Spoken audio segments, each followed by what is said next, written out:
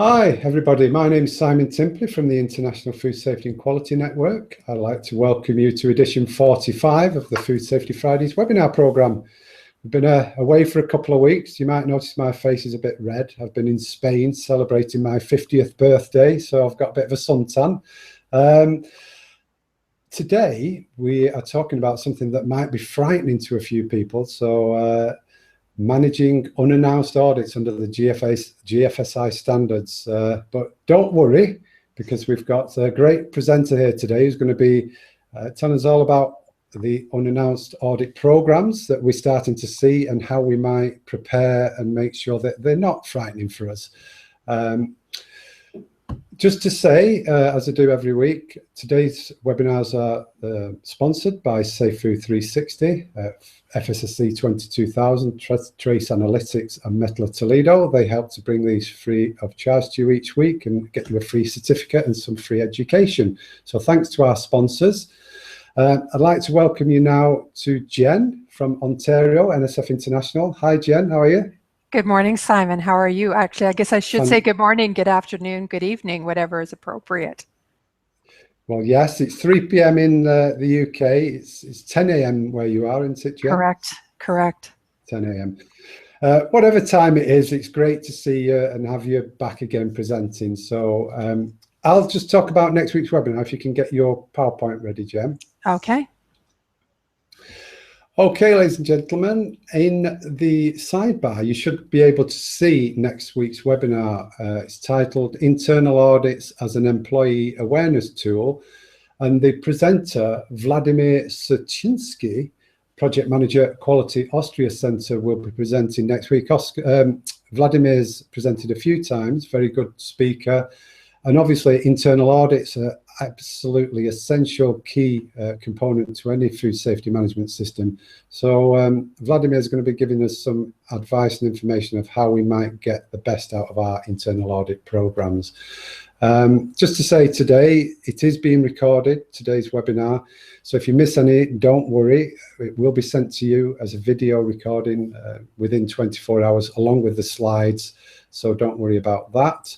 We've got some polls today that we'd like you to partake in during the webinar, and also we'll have some time for Q&A afterwards. So if you do have any questions, hopefully Jen will have some time at the end to go through those with you. So that's all from me for the time being. I'll be back throughout the presentation. Okay, over to you, Jen. Okay, thank you, Simon.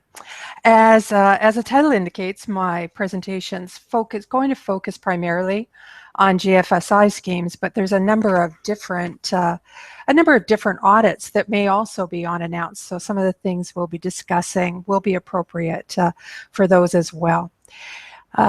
If you haven't heard or are not already involved in unannounced audits, but are involved in GFSI, you're probably going to be hearing more about unannounced audits, because the next guideline that's being published by GFSI, the version 7, is going to have a component of requiring unannounced audits. And as Simon mentioned, understandably, there's a lot of apprehension about from companies handling unannounced audits. So what we're going to talk about today is hopefully some means of reducing a bit of the stress. Now, I want to tell you, I'm not going to be presenting on tricks to pass the audit, but really what we'll be focusing on are how do we develop a plan for best practices so that we're successful. So I'd like to jump right into one of the polls to find out a bit more about you. So I would like, if you could tell me what your area of responsibility is in your organization. Are you the food safety manager? Are you the involved in product development operations, or is it other? Okay, I've loaded that poll in the sidebar. What is your area of responsibility? And we can see, hopefully you can see as well, Jen, the live results coming in there. Actually, I'm not seeing that, Simon. So if you can let me know what they are, that would be great. Okay, what we're seeing is on the first one, QA/QC HACCP coordinator, that's running around 60%. We've got about 20% other and 20% food safety systems manager, and then just a couple of percent operations. So mainly over half are QA, QC, HACCP coordinators are managers. Which is pretty much what I would expect, because it's probably, in a lot of cases, it's been the responsibility for handling audits has fallen on the shoulders of the QA and the food safety manager. So they're probably the ones who are most interested. Okay, next question. Are you currently certified to a GFSI standard? And if you are, could you please select the standard for me? Okay, again, I'm just loading that in the sidebar. The question, are you currently certified to a GFSI standard? And we've got various options: SQF, BRC, FSSC, other, and no. And at the moment, SQF around 50%, BRC 25%, FSSC 8%, and then no 20%, and then other 3%. Okay. Thanks, Simon. Yes, I guess the ones who aren't certified are looking towards the future and wanting to make sure that they're prepared. Okay. What my plan is for today is to start off with talking a bit about some of the challenges that that people have perhaps not seen but are expecting when they proceed into an unannounced audit program, and then we'll finish off with talking about some of the best practices. And I say best practices, but perhaps it's practices that I've learned from clients that I've worked with and heard about, and so that it's helped them to be successful with their unannounced audits. So one of the first things that I want to do is really to clarify what we mean by an unannounced audit. And what that means is that sometimes people will say, well, unannounced, we'll have 24 hours notice, or we'll, get a week's notice, correct? But as the definition there says, unannounced means it's not made known publicly or declared in advance. You will know when the auditor shows up at your facility that they are there for an unannounced audit. So now there will be windows. When I say windows of sort of time that the auditor can show up, for those of you with SQF, the auditor, it's plus or minus 30 days of the anniversary date of the previous audit. With BRC, it is within sort of the last 9 months that's in place. And for those of you who indicated that you're not certified to a GFSI program yet, and your concern is an unannounced audit will not happen during the first certification audit. So if you haven't had an audit yet, the first one is not going to be unannounced. So what is kind of prompting our unannounced audits? Well, we've got both a customer trend and a GFSI trend. And unannounced audits really, they've been around for a while, but they really started to pick up momentum back in about 2014. And that was just around the time of the horse meat scandal, and people were saying, well, how could this have happened? And one of the things that came out of the report from that was that the fact of announced audits allowed suppliers to perhaps prepare for the audit. So what we started to see was a customer trend, and as you can see from the slide, ASDA in the UK had started to ask its supplier to make sure that they were participating in the BRC unannounced audits. And then Costco in the US has also been asking for any of the GFSI audits for people to be participating in at least one unannounced audit. And that was really that both from a customer trend, but also that it was clients in the marketplace and media were questioning sort of the validity of announced audits. And we wanted to make sure that the environment that was being seen by the auditors when they were there was what was happening year round. So we moved from kind of what customers were looking at to, GFSI adopting this. And as I mentioned at the beginning, GFSI is just, I don't believe it's been published yet, but version 7 of the GFSI document will include a requirement for unannounced audits by the scheme owners. Some of the scheme owners or standard owners have already adopted this, and I've just two that are the most common that we see are BRC, and BRC has had this since the previous issue, and they have two options. One, that the audit can be fully unannounced, which means that sometime after in the last 4 to 12 months of your certification, the auditor will show up unannounced.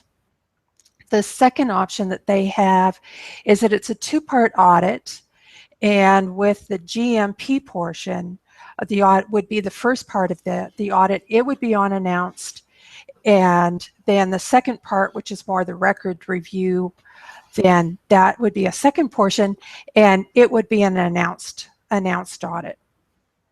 And as I mentioned, that a site who has decided that they're going to go with an unannounced, whether it's fully unannounced or the GMP portion, would notify the certification body, within the 3 months after their initial audit, and then any time between the 4th month and the 12th month of the certification period, the auditor can show up. With SQF, they have a requirement that there must be one unannounced audit within each 3-year certification cycle. So again, if a company would have an initial certification, and then 1 year later it's the recertification, and then the next year and the year after that, within those 3 years, one of those recertification audits must be unannounced. That, again, similar to BRC, that the year of that audit is decided in consultation with the certification body, and what it will be is not only that year, but the unannounced audit must take place within plus or minus 30 days of the anniversary date of the initial audit. So you have sort of a 60-day window with SQF that's in place. And FSSC 22000, again, I was looking at this, it will be coming out with an unannounced audit requirement, but I believe the working group is still in discussion on this. It will be published sometime this year. That's in place. With all of these different GFSI audits, there is a blackout period. With BRC, it depends on whether it's a fully announced or an unannounced. And so there's either 10 or 15 days that a company can say, we do not want the auditor to come in during this time. It might be, with BRC, it might be another customer audit that's already been planned. With SQF, again, there can be some blackout period that's there. That would be when the company's not known to be in production. Perhaps the company's down for a regular annual maintenance period. One caution when giving those blackout dates to the certification body is to ensure that they are truly, the facility is truly not going to be in production, because the auditor may be checking to make sure that that those blackout dates that were provided were valid. Okay, so one more question. So I'd like to know, have you had an unannounced audit? You're working me hard today, Jem. Okay, I've loaded that in the sidebar. Have you had an unannounced audit? Yes, no, I don't know. No, but we know it's coming. And we've got around 50% no, okay. 25% yes, and about 20% no, but we know it's coming, and then a couple of percent don't know. So no, but we know it's coming. Maybe while you're on the webinar this morning to go through. Exactly. Okay. The vast majority have not had an unannounced audit thus far. Okay. Well, hopefully some of the things that we're going to talk about a bit later that will help you to have a bit more confidence as you move forward with the unannounced audit. Okay, so for those of you who perhaps haven't had an unannounced audit, but it's coming, I'd like to know, do you feel that you're fully prepared? We're audit ready 24/7. Pretty prepared. But 1 day notice would be nice, even though I know I'm not going to get it. Not very well prepared. Would really like 1 week notice. And then number 4, an unannounced audit's my worst nightmare. Luckily, my CV or resume is up to date. Okay, I'm loading that one. Just give me 1 second. Okay, yeah. In your opinion, how prepared is your company for an unannounced GFSI audit? Or indeed any unannounced audit? Mm-hmm. Fully prepared. We are audit ready 24/7 is just over 24%. Okay, good. Almost. That's very good, actually. Almost prepared would like 1 day notice is 43%. Not very well prepared, 1 week notice would really help is 29%, and 6%, well, they need a new job. they're going to run for the hills. Yeah.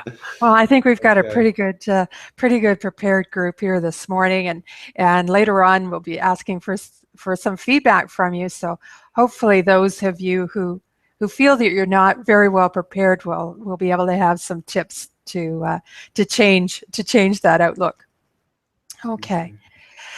So how do we make sure that we're audit ready every day and that that the welcome sign is always out for our auditor? And that's what we want to start in to talk about.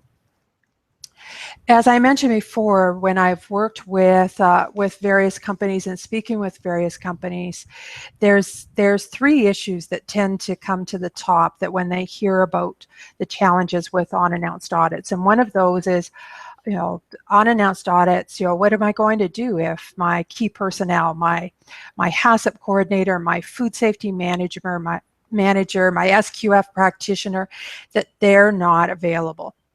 What am I going to do? The second one, the challenge that's often brought forward is, because it's unannounced, what if we're unable to locate documents? That with an announced audit, we know that people, you bring all of those documents, binders, etc., into the boardroom, and they're all sitting there waiting. You've had a chance to go through and make sure you have everything. But with an unannounced audit, what if we can't find the documents? And the third one is that often with an announced audit, we can bring extra people in, so that as people are pulled away, perhaps our HACCP team are pulled away for interviews with the auditor, that other people can step in and continue on. So part of it is that with this, it's really that with unannounced audits, we have to transition away from getting ready for the audit to being ready. So let's talk about some of those challenges. The first one is that the concern is that key personnel are absent, and this one is pretty difficult to say that the key person isn't available, since each of the schemes or the food safety standards requires that there's somebody who deputizes in the absence of the responsible person. So if you're saying, well, we can't have the audit because there's nobody, there's no one here who looks after the food safety management plan, you're actually not in compliance with the food safety program. But one of the things is that there's a difference between having somebody who's identified on the organizational chart as the backup and making sure that that person is really competent. So part of it is that in the absence of the key person, is the deputy, how knowledgeable is that person? Do they know, for example, how to explain the validation studies that were done to show the food safety? Have they, are they aware of that information? Can they just explain that information to the auditor? The other one is that are they experienced? Do they know how the audit runs? Have they participated in previous audits so that they know what they should be saying? They know what perhaps they shouldn't be saying. And one thing is that the key personnel, that deputy, it may not necessarily be one person. It may be a couple of different people who are providing that backup that's there. Our next concern was locating documents, and one of the things that here is to think about how's it collected, how's it managed, where is it stored, and so not having it, having it easily accessible. Making sure that people, especially if it happens to be the backup person, do they know where that information is? Can they access it? I was on an audit one time, and unfortunately the maintenance manager's mother had passed away that morning, and so it was the lead hand who was taking us through the audit. But the maintenance manager had developed a matrix where he had the record, the document, the record, where it was found, where it was located. And so even though the lead hand took longer to take us through the audit than perhaps the maintenance manager would have because they were fully aware of it, the lead hand was still very able to provide that information to us. And as auditors, what it did was it gave us confidence that this was not a program that was managed by one person. It was managed by other people were available and were able to gather the information as well. In terms of time to access the information, well, here again is that where's that information stored?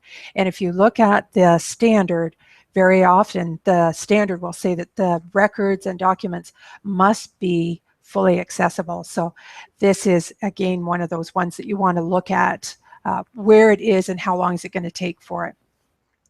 Make electronic records easily accessible. And this is also something that as you're moving forward into unannounced audits, maybe it's the time to think about transitioning from having all of your records on paper to what are some ways that we can make our records be more accessible through electronic record keeping. There's a number of different programs out there, and so perhaps this is one of the ways to be able to look at having be able to transition to that. When I talk about making electronic records easily accessible, they're accessible, but you also have to make sure that if there are passwords that have to be used, that the backup person has access to those passwords. I was at an audit, and all of the training records for the HR person were under lock and key and password protected, and the HR manager was away. So we had no access to training records for that particular time. And then the final one is, if we're basing everything on those electronic records and going through, is also consider access for backup. And this is probably true not just for unannounced audits, but announced audits as well. Had one auditor say that they had gone into audit facility, and when they arrived, the server for the facility had gone down. But luckily, the practitioner had thought about this and had prepared another backup that they were able to use during the audit. And then finally, when we talked about with this one with staff resources, how do we, if we don't have people to fill in? And really here is that it's really important, it's that communication. Communication to senior management, to the departments, to the operators, so that they know that unannounced audits are going to be something that's going to be happening, and so that they're aware, and don't assume that they know and to go through. I had someone who one time when I was in industry, had called and said, I don't have to let the government inspector in, do I? And I said, yes, you do. So don't assume that they understand that. So it's really that communication of that this is coming, what's going to what is our plans going to be, and how we're going to work through it.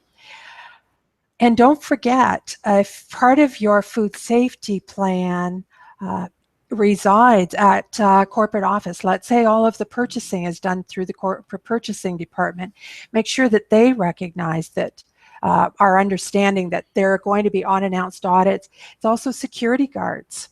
If that auditor shows up unannounced, we won't have given the security guard to know that that particular visitor is going to be there. And what happens if the key person that the auditor asked for isn't in place? We don't want to have a security guard refuse them entry. And so communication. Part of this is sitting down with each of these departments. Was on a recent training program, and that's exactly what they did. Is they identified from each of these departments what their concerns were, and then how they were going to address them. And that really led them to developing an unannounced audit plan.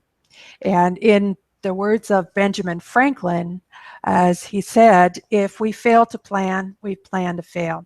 And one of the things that we want to make sure of is in our unannounced audit that we are not going to fail. And that's, I mean, it's going to step aside from that for a moment. And that was really one of the big concerns, in addition to the people and having the procedures available, was a lot of people were afraid, well, what if we fail? And so far, the information that is coming from both BRC and SQF is that for companies who were already certified, that in most cases, in the greatest majority of the cases, that they received either the same grade or just a very slight fraction of a drop. So part of it is that if we are prepared, that is going to help us with our unannounced audits. So we want to formulate a plan of attack, and this is our plan that's here. So when we're looking at it is, okay, so where are we going to start? Like, how do we get going with this? Who needs to be involved in our unannounced audits? Are we going to need additional resources? And then really, what are some of the obstacles that, as we move from an announced audit to an unannounced audit, what's going to happen? As I mentioned before, think of, security guard. Like if you have a security guard, ordinarily in an announced audit, you've notified the security guard, you've been able to give them the name of the auditor, the date that they're going to be there, and that the person that auditor is going to be meeting with. But in an unannounced situation, that security guard, especially if they happen to rotate around, that security guard may not have met that auditor before. And if the auditor asks for the key person within the facility and that key person doesn't happen to be there, then your security person may refuse them entry. So as we say, with unannounced audits, there's no get ready there period that's there. Okay. So I think we had about 50% who had participated in unannounced audits. So what I'd like you to do is now, just in a couple of short words, since we don't have a lot of space and time, what's one key thing from your experience that you think should be included in an unannounced audit plan? Okay, this isn't a poll, ladies and gents. Just type straight in the sidebar. As Jen asked, just a couple of words indicating one key thing to include in your unannounced audit plan. Okay, we have self-inspection. Great. That's one. Stephen said Xanax. Is that some sort of medication? I think so. Assign responsibilities. Excellent. internal audits, housekeeping, training of personnel, group efforts, cross-training of departments, training backup roles, organogram, list of chain of command with backups, checklist, documentation availability, trained backup and shared files, a mock of it. That's a good idea. Yes. Key personnel contact, out of hours contact numbers. Excellent.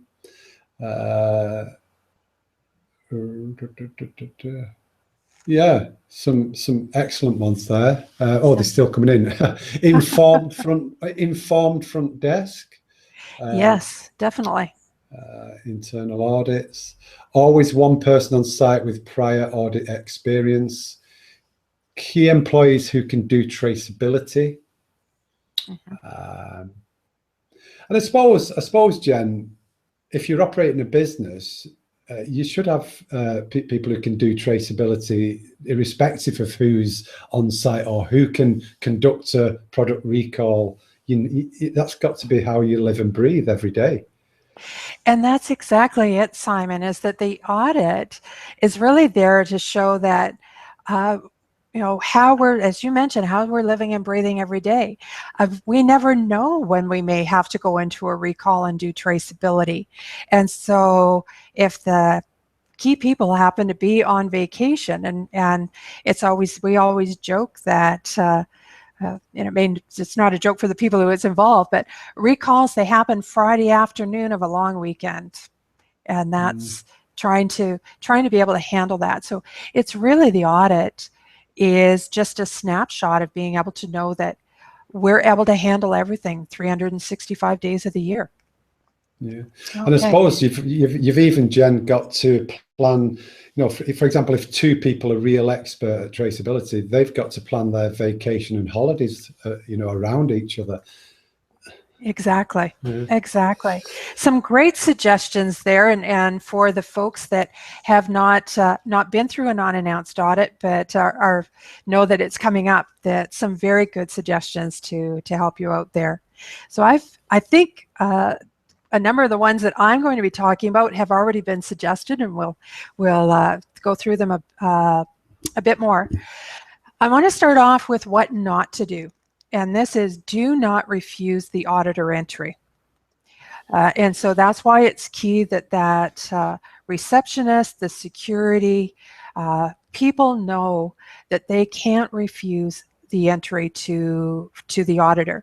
If you look at the contract that you have with your certification body, I'm very sure that in that contract that they will have said that the refusal of entry could result in the suspension of your certification. Plus, even perhaps more important, is that you'll still be charged for the audit. And so that is something to ensure that's there. The second part that sort of follows a little bit along with that is, don't delay the entry of the auditor. Depending on the scheme, BRC, the auditor needs to be on the floor within 30 minutes. SQF, that's sort of within, they want that first hour. Remember that here is that the auditor is there really to confirm that the GMPs, that the plant's operating under the conditions that they should be operating to.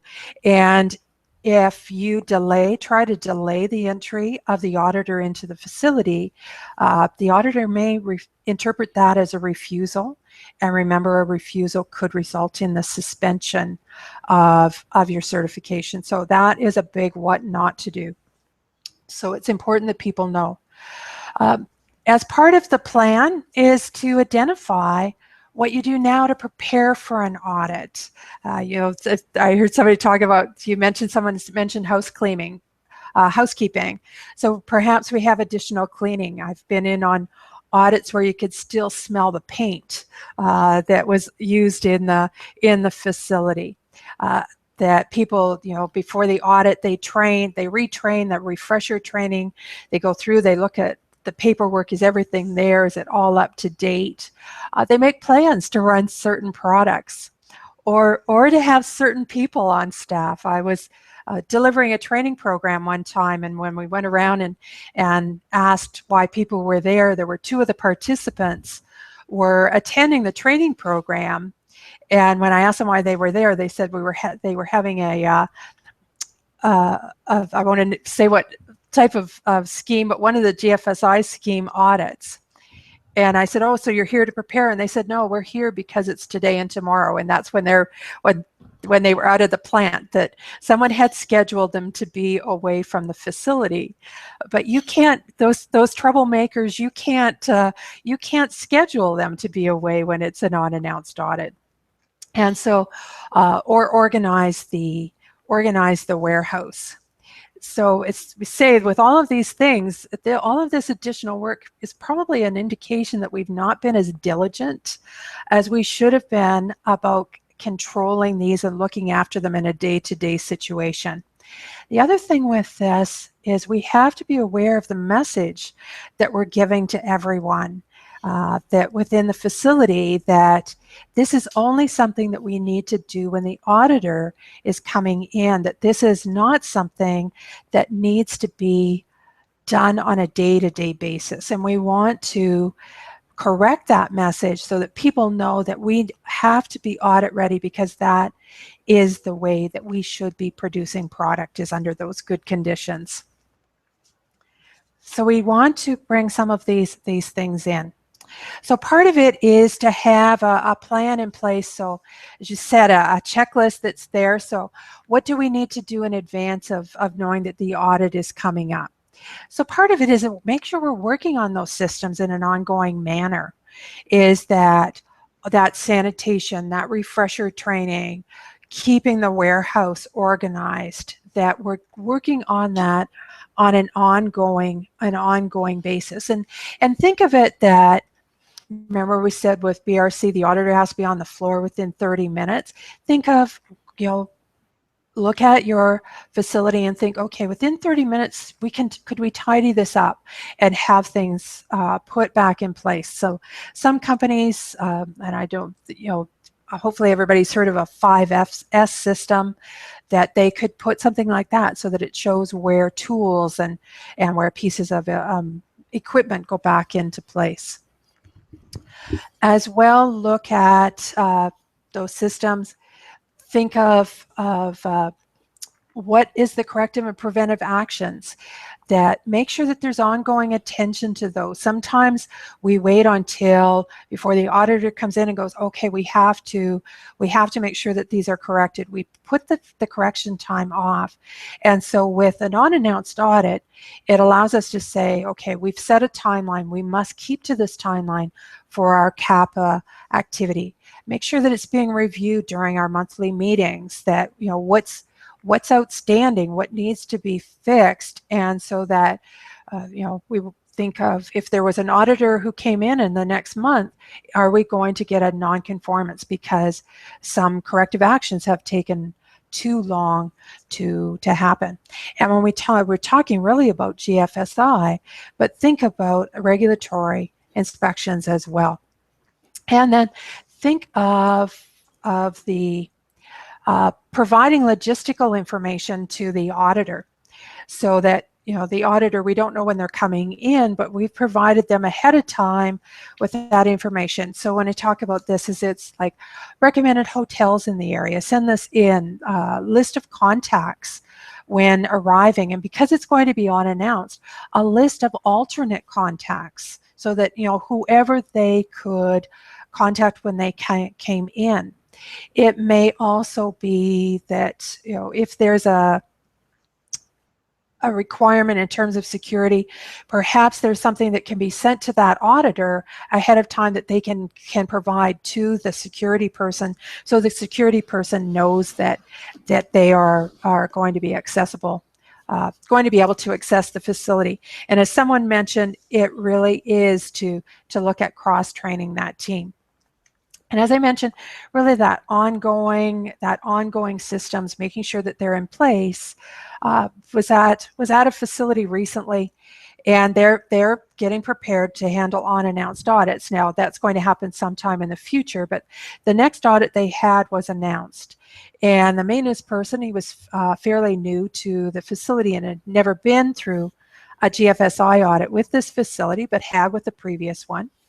And he was complaining to me, well, I should say, it was probably just more saying, not complaining. He was saying he'd just been handed a list of 60 items that needed to be fixed before the audit in 3 weeks. And his comment was, which was perfectly legitimate, was, why am I only finding out about these now?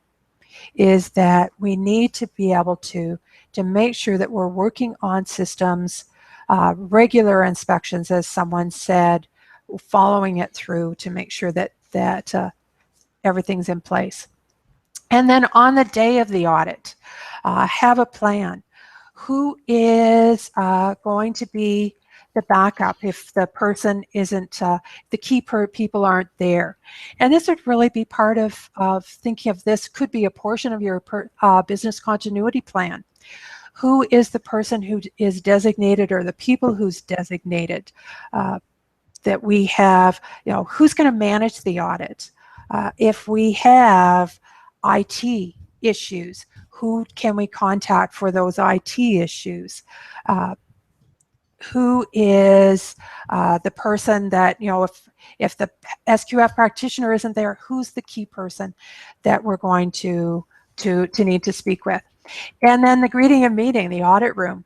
Oftentimes in an announced audit, it's in the boardroom, but perhaps the boardroom or the meeting rooms are already taken, they're already filled. Do we have a plan that we can either move someone out of one of those meeting rooms, or that we have an alternate that we can look at? Train escorts and backups. So that with this one, there's always an escort that goes with the auditor. Is the subject matter experts. Have those trained escorts? Have they participated in previous audits? Do they know what they should be saying? How they should be taking notes? Backup for those escorts as well that are in place. And then really an internal communication. And this isn't, well, I'm sure it's to warn, but it's also to activate roles, so that as people know that the auditor is there, that, okay, I've got, I'm on the HACCP team, I may be called away, who's going to step in and fill in for me with as part of the meeting. And then some of the things I haven't put on here is that sometimes if in a larger corporation, the corporate SQF person wants to attend all the meetings. Well, with an unannounced audit, they're not going, if they're a 6-hour flight away, they're not going to be able to participate. So it may be a case of, can they participate by Skype? What are some of the ways that they can participate? And then one that's often a concern as well is on the day of the audit, the GFSI auditor shows up. What if we have another audit going on at that point? Like, what if we have a regulatory audit, or we have a customer audit that's already there, and we didn't have that as being a blackout date? Well, part of it is remember, going back to that, you can't refuse entrance to the GFSI auditor. And so this is where you want to really make sure you've got those backup people, so that somebody can continue on with the regulatory audit or the customer audit, and that we can also continue on with that GFSI audit, or other ways. I know there was one time I showed up to an audit. There was a customer who was there, and they just piggybacked on my audit. They sat and just watched the audit from that standpoint. So, but having a plan in place, kind of thinking this through of what we can do, means that the stress, we're not going to have quite as much stress that would be there if it does happen. And then, as some folks had already said, we need to test the plan, and really this is a key thing for our internal audits. If the better that we do our internal audits, that we conduct our internal audits, the better that we're going to be prepared for that unannounced audit. And so as someone mentioned a mock unannounced audit. Is that really testing, having that our own unannounced audits? That if we normally, our internal audits are announced, that we show up and try and see if everything would be okay. As well, have that unannounced audit happen when key personnel aren't available.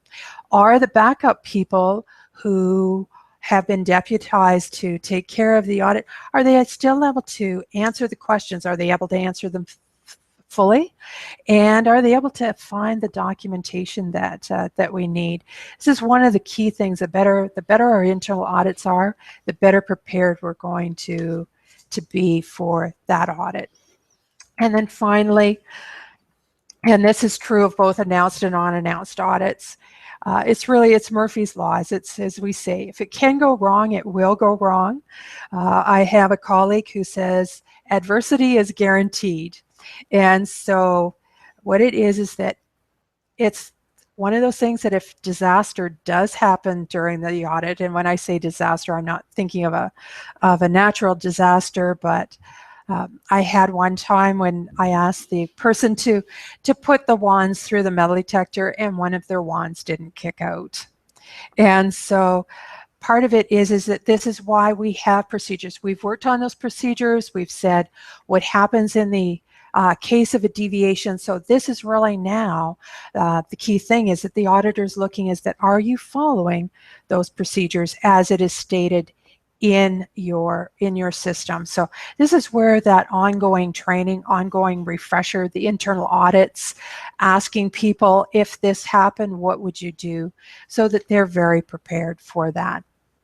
And then finally, kind of going through is that in summary, is that it's no longer if we have an internal audit, but it's really when. That unannounced audits, they're going to happen. Part of it is to be successful, we need to make sure that we've planned ahead, and that even more important, that we're following the plan. And as we all know that after about 30 minutes, the audit, it's no longer an unannounced audit. You are just proceeding as a regular audit. So if you follow these things, think it through, plan, your audit will be, your unannounced audit is going to be successful. So I thank you very much, and I turn it back over to Simon. Okay, do you want to run the final poll about the concern? Yes, if you have it, that would be great. Okay, yeah, well, we have a final poll. What is your biggest concern for an unannounced audit? And that is the possible answers are documents being ready, training up to date and documented, plant ready, culture ready, or none of the above. We are superstars. And at the moment, I would say culture is around 30%, plant 25%, documentation 25%, training 10%, and then we've got 8% of superstars. Oh, excellent. Good for you, superstars. Great. I suppose if culture's not ready, that can lead to any number of issues, really. Yes. Okay. Fantastic. That was great, that, Jen. Like you say, we can't avoid them. They come in, and I think personally they are a good driver of continual improvement in food safety management. Definitely agree. And part of it is that I think communication back from people who've participated in them, that when they have gone through them, they feel that they're really able to congratulate themselves that their food safety system, because previously with an announced audit, they always said, well, we only did really well because we knew that they were coming. Whereas when they've done really well with an unannounced audit, they said, now this is really telling us that our system's working. Yeah. Okay. Well, I think we've got 10 minutes left for some questions. If any of the audience, if you do have a question while Jen's here, please do just type it in the sidebar. I mean, the main thing is, like you said, it's about planning, isn't it, Jen? Yes. You know, thinking about it and thinking how can we be prepared. And getting everyone involved in thinking about it, not just the QA person, the food safety management, but thinking about operations. Because as I mentioned, I was worked with a group as they were putting their plan together, and there were a lot of things that came up from operations. There were items that came up from sanitation, items that came up from maintenance, that because they were identified, we were able to put a program in place to look at tightening up their program so that they were always ready for the audit. And one thing that I didn't mention is part of it was I had an auditor who had gone into a facility. It was an unannounced audit. And when they arrived, the person who they spoke with, and they had introduced themselves and said why they were there, the person had said, oh, well, just go down there, opened up the door for them, said, just go down there and wait, let them into the manufacturing, the processing area, and didn't ask for any ID, didn't ask for any confirmation that they were who they said they were. And when the auditor sat down and was reading through the procedure for how they welcome visitors to the facility, this person had violated about 3 or 4 parts of the procedure. And so even really before the audit had started in full, this person had taken a major nonconformance. Not a good start. Okay, Megan is asking, I want to implement Teams cross-auditing. What is a good way to do that if we have a limited QA staff? When you, I don't know, Megan, are you thinking of like including sanitation people, maintenance people, operations? Yeah. Well, I think Megan's saying that she's got limited QA staff, but she wants to start with cross auditing. It's as you say, I think, drawing more people in and getting them trained and involved. Definitely. Yeah. Definitely. I think we want to remember the same way as with unannounced audits. This is not a QA program. It is a food safety management program that we want to involve as many people in the facility as we can, once they're properly trained, of course. Okay. Shamina is asking, can you explain briefly the BRC GMP portion of unannounced audits? Oh, if you're BRC, one of the things to look at is in the BRC code itself, and I'm thinking of the food code, there's a different color designation. If you go through the code, there's some, I think it's tan. Somebody told me the other day it's pink. There's pink, pinky tan, and green.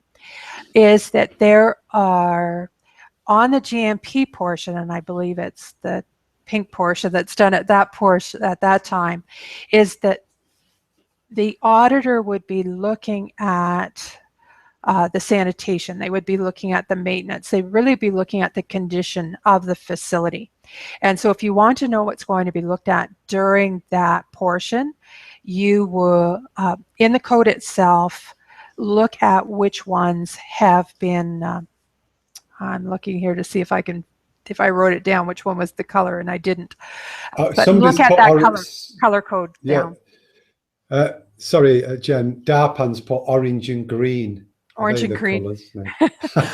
It is, and I think it depends on however it was printed. It looks tan. Sometimes somebody said pink, somebody says orange, but often it's the color that's opposite to green. So look at that in the code. Okay, thank you for that. Renee has asked, what is culture ready?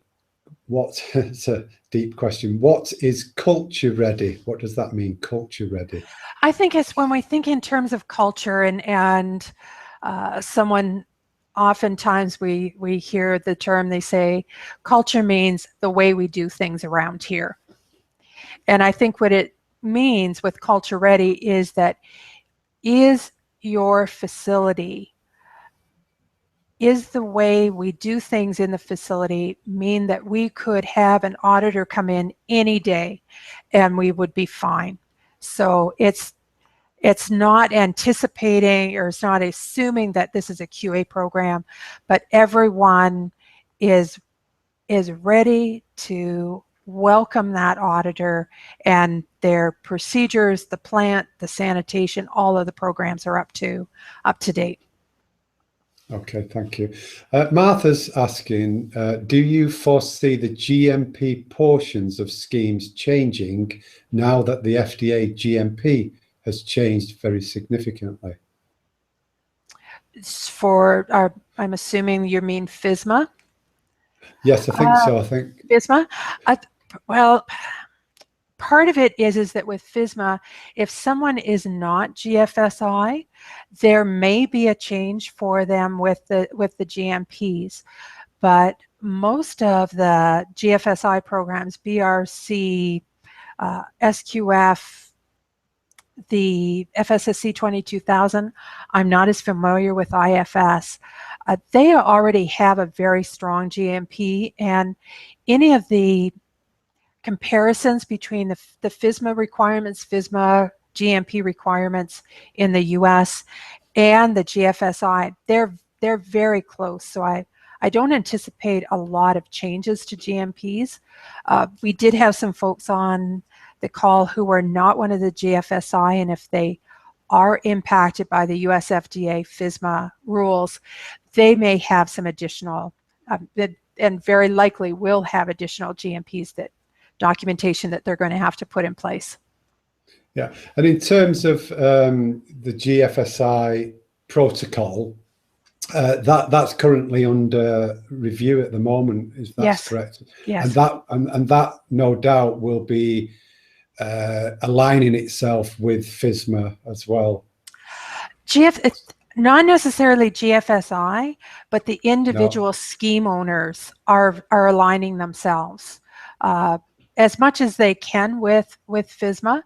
That in a lot of cases the scheme owners may require more, but they definitely, as much as they can, because they are international schemes, so they can't be fully onboarded to US regulations, but they'll make sure that where needed, that they will have implemented those programs.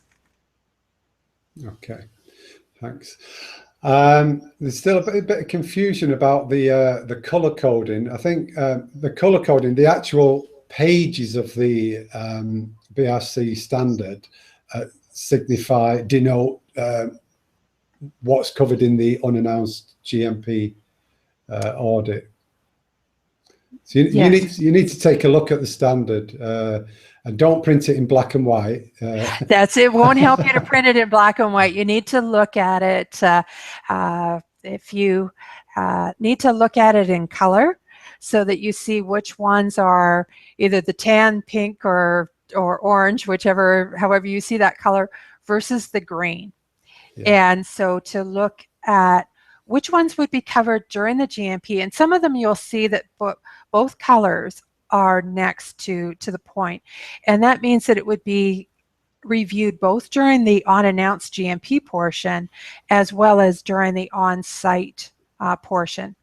Now, if you were going with a fully unannounced BRC audit, everything's audited at the same time. It's only when you do the two-stage BRC audit that you would have some things that would be looked at during the first part.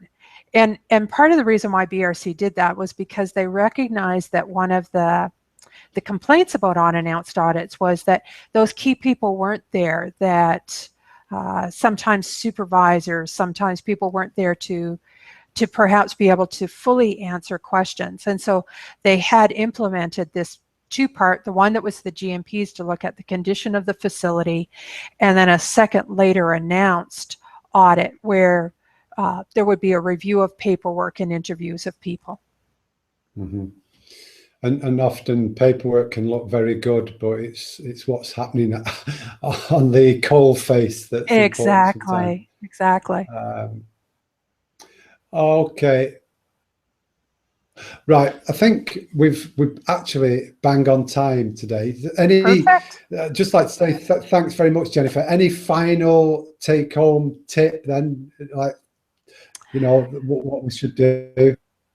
I think the only thing is that be prepared. Sit down with your team operations, and that think it through. What would be the things that if think of, sit down today and say, if an auditor showed up today, how well would we do? And then use that as part of the plan. What can we put in place? What procedures, what policies can we put in place to fill that gap so that we're always audit ready?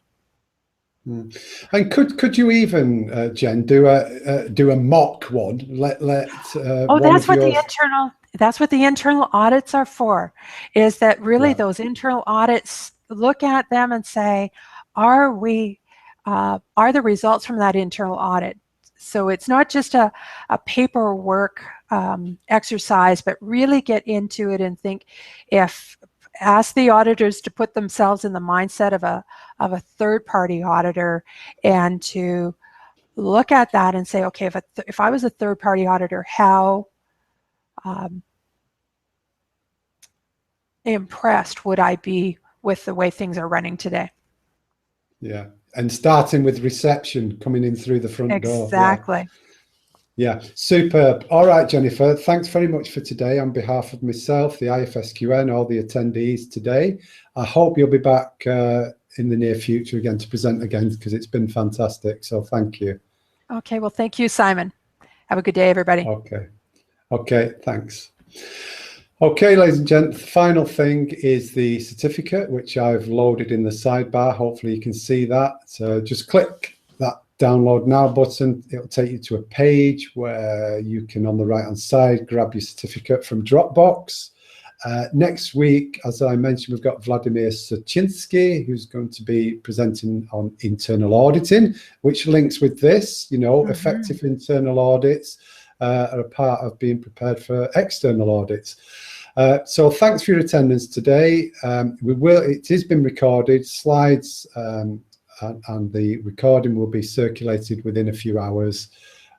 So thank you for your attendance. Hopefully you'll come again next week. Have a happy Friday, the rest of the day. Enjoy your weekend, and we'll see you soon. Take care.